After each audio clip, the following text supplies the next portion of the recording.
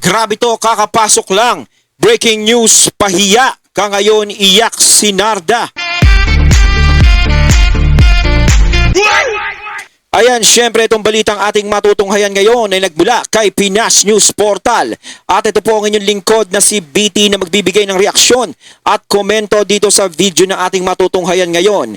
At huwag na natin pagtagalin at sabay-sabay na nating panoorin ang laman ng video na hatid sa atin ni Pinas News Portal at bibigyan natin ng reaksyon ang balitang ito. Pasok! Bigyan natin ng reaction, opinion ngayon itong post ni Sas Rugando Saso. Ayun, syempre bago natin simulan ang video ito, nais ko nga pala magbigay ng credits dito sa boses na madidinig natin ngayon at bibigyan ng reaksyon. Walang iba kundi si General Macanas.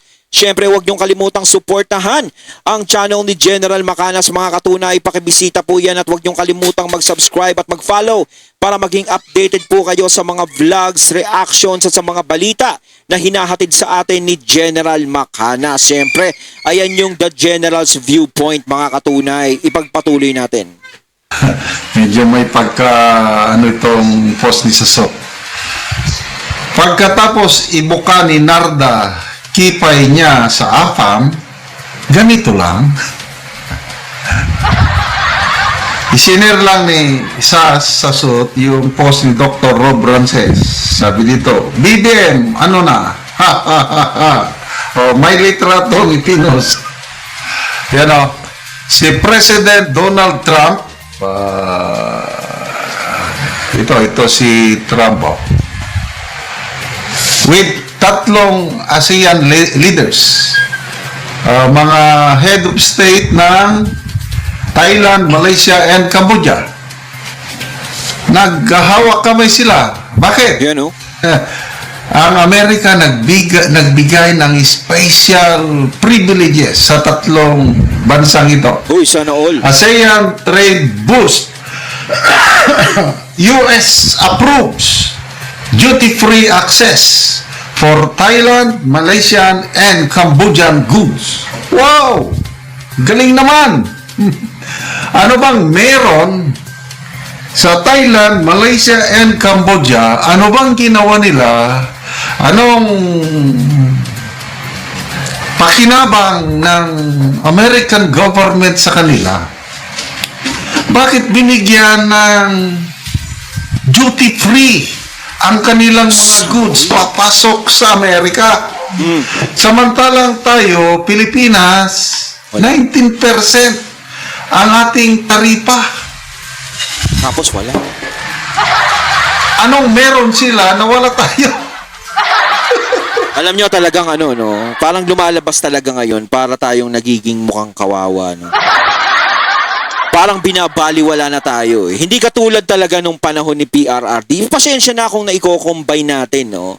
Kung napapares natin, hindi parehas. Kasi talagang tayo, nung panahon ni PRRD, napakalaki ng respeto ng Amerika sa atin. Diba?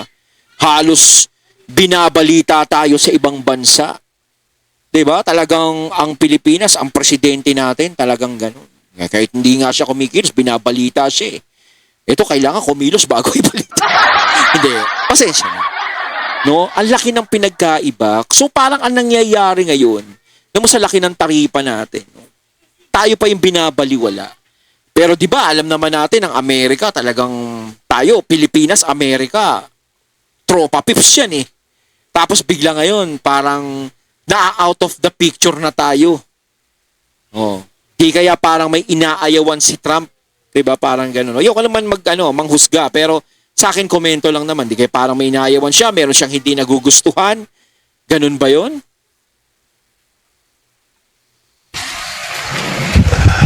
Sa tingin niyo, anong meron sila? Nakakahiya, di ba? Sampal sa mukha na itong US government paraging magsabi, ironclad commitment, US will help the Philippines, ironclad commitment, magkaibigan tayo. Oh, yes, magkaibigan nga. Kailang ito ngayon, ito ba yung tunay na pakikipagkaibigan ng Amerikano sa atin? Alam niyo yung ganyan yung pakikipagkaibigan ng Amerika sa atin, Alam natin talagang ganon, kaibigan. Pero sa ngayon, sa nangyayari, is parang mapapagdalawang isip ka eh. Di ba? Lalong-lalo na, syempre, kung aasa tayo sa Amerika.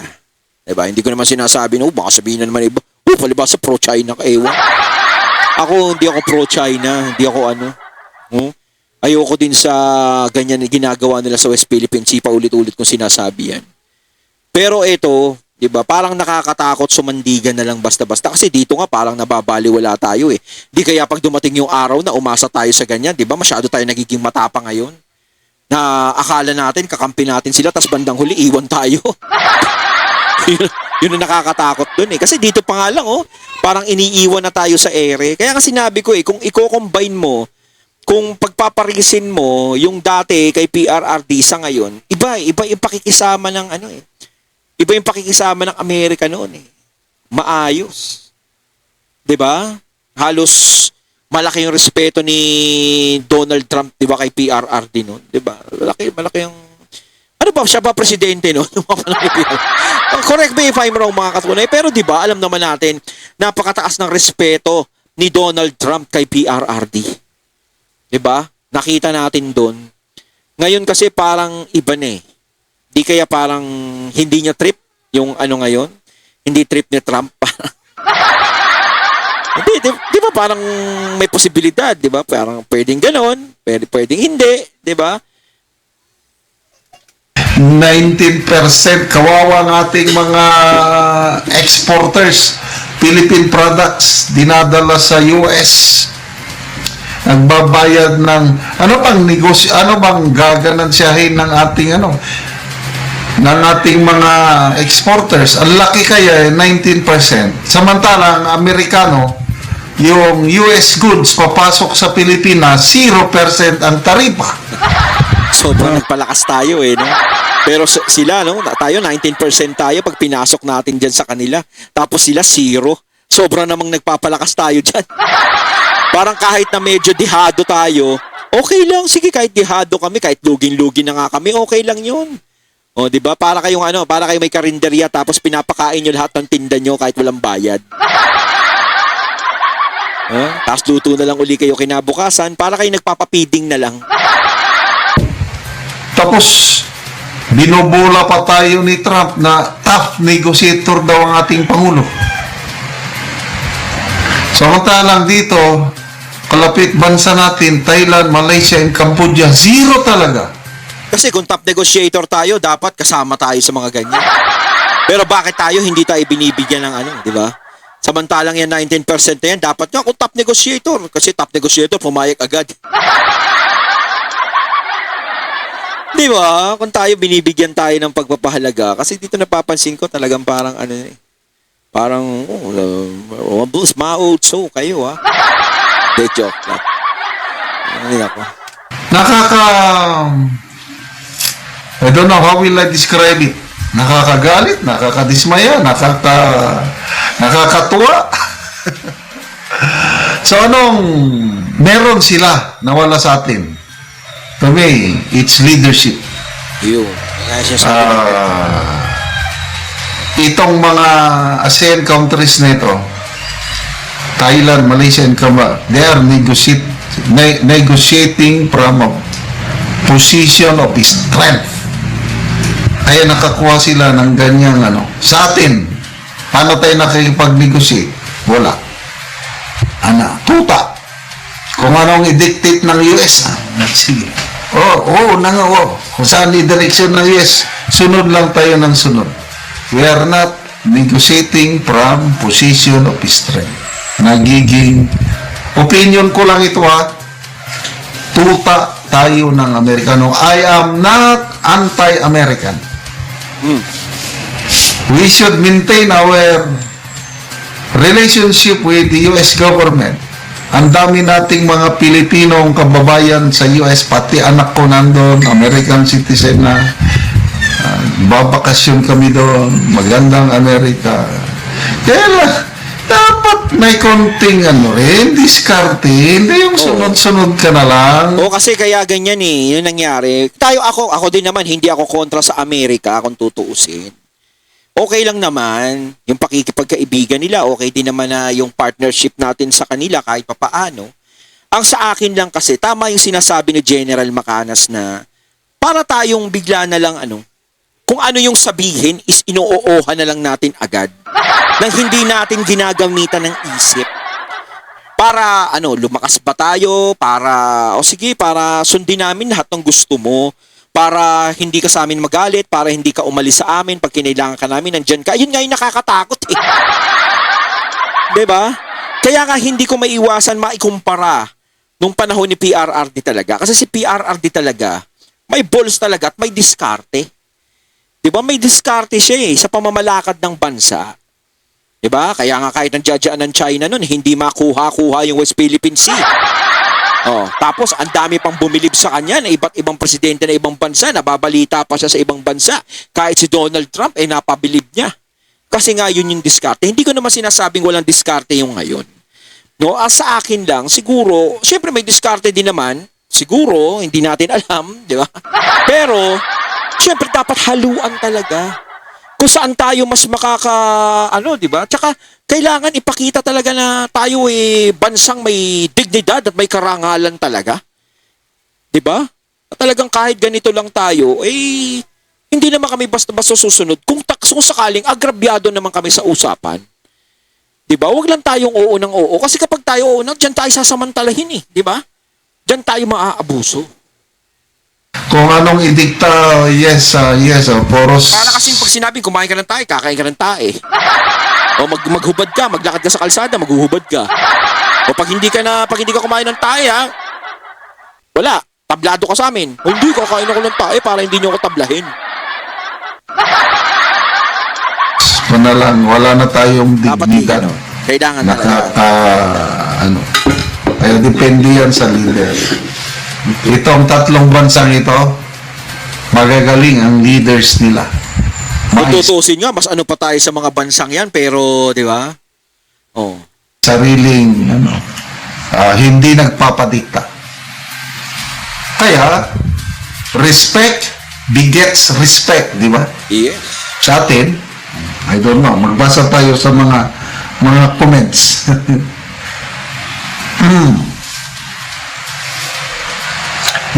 Joseph Feliciano, walang leverage kasi. We are dealing from a position of weakness. Tapos yung kabila, hawak lahat ang alas. Kabila yung tatlong bansa. The best thing you can do is deal from strength, and leverage is the biggest strength you can have. Leverage is having something the other guy wants, or better yet, needs. Or best of all, simply can't do without it. Donald Trump, art of the deal. Okay. Ronnie Alipio. Reporter, why did you make friends with Thailand, Malaysian, and Cambodian leaders? Trump, they passed my drug test. Grabe naman to. JD, sabi, a top negotiator once told, 1% is a good deal. Yeah. Ang laki daw accomplishment yung naipababa ni presidente natin from 20% naging 19. Significant accomplishment daw yun. Sabi ng presidente, sinigunda naman ni Senate President Tito Soto, ang gandang kanda daw yun. Sabi naman ng mga negosyante, yung PCCI, Vice President Brian, bali wala daw yung 1% na. Oo, kasi kung magbababa talaga, bago natin syempre ipagmalaki yung isang bagay, syempre kailangan naman talaga is yung kahit mapababa talaga ng baba naman talaga kahit papaano. Siguro kung magawa nga ng 1%, 1% eh. Diba? Kaso nga lang, syempre 1% lang inabawas. Talagang kahit papaano, hindi pa rin hindi pa rin makakaapekto sa mararamdaman yung okay yung okay to. Diba? Hindi pa rin Kasi 1% lang yan. Siguro kung bumaba ng 6%, 7%, yun medyo okay. Pero kung mapapababa nyo na lang ng 1% na lang ang pinakataripa natin, kasi sila zero eh. Di ba? Tayo 19% tapos sila 0. Siyempre parang ang dating nun, parang, uy, sobra namang hari naman nitong mga to. Tayo nagbabayad, sila hindi. Tayo sinisingil, sila hindi. Di ba? Parang tayo may entrance, sila wala eh. Ay, nako. Siyempre, sorry, no? Tayo, siyempre, ako, sorry sa Amerika kung nakapagsalita tayo ng ganito. Siyempre, di ba, ang sinasabi ko lang kasi parang, ito nga, medyo lugi talaga tayo. Pagdating dyan. Pero, siyempre, ako naman, lagi naman ako nanonood ng pelikula nyo, di ba? Sa Amerika, meron din tayong mga idol dyan. O, kaya, medyo, ano, may pinag-uusapan lang natin itong taripa na to kasi hindi pa na achievement yung 1% na yon na nababa. Diba? Mas magandang achievement kung 1% lang talaga. No? Yung 1% na lang ang taripa. Okay. Hindi nila maramdaman. Pakinggan natin ang mga negosyante dahil sila ang Sila yung naapektuhan yung 19% dyan, sila yung nalulugi. na yan. Oo. Kailan pa tayo makakuha ng better deal? Katulad ng Malaysia, Thailand, and Cambodia. I don't know. Kailan? May Castillo Parillo. Well, the user has been used. Ano ko? Bruce Hutton, why would you pay for something when you could get it for free? Mga EDCA basis natin, EDCA sites nila dito, libre sila, wala. Hindi katulad ng Marcosinho, ang galing ng Marcosinho. Magbabayad yung US. Noong una, medyo mababa yung renta. Kailang over the years, nagawa ng Marcosinho. Yung area pala ng Subic and Clark noong una, napakaluwang. But over the years, na kaya ng Marcos Sr. bawasan yung area nila.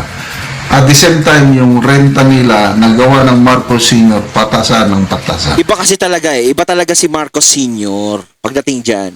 Kumbaga, yun yung medyo hindi talaga namana. Kasi si Marcos Sr. talaga may sariling desisyon. Talagang naninindigan at meron talagang diskarte. Yun yung medyo hindi nakuha ni ano. Yun yung nakakalungkot na ano, resulta. Di ba? Medyo hindi maganda. Yun, ang top negotiator, yung Marcos Sr. Itong Marcos Jr., iwan ko na lang. Bakit hindi tayo nakinig kay Tatay Digong? Weekly leader yan, huwag niyo akong sisihin pagdating ng panahon. Ayon, at ating natunghayan ng video na nagmula kay Pinas News Portal at syempre natunghayan natin ang boses na yun na binigyan natin ng reaksyon na nagmula kay General Macanas. Ayan mga katunay, kayo anong masasabi nyo tungkol dito? Comment lang po kayo sa comment box. So once again, I'm BT and I'm out. Peace.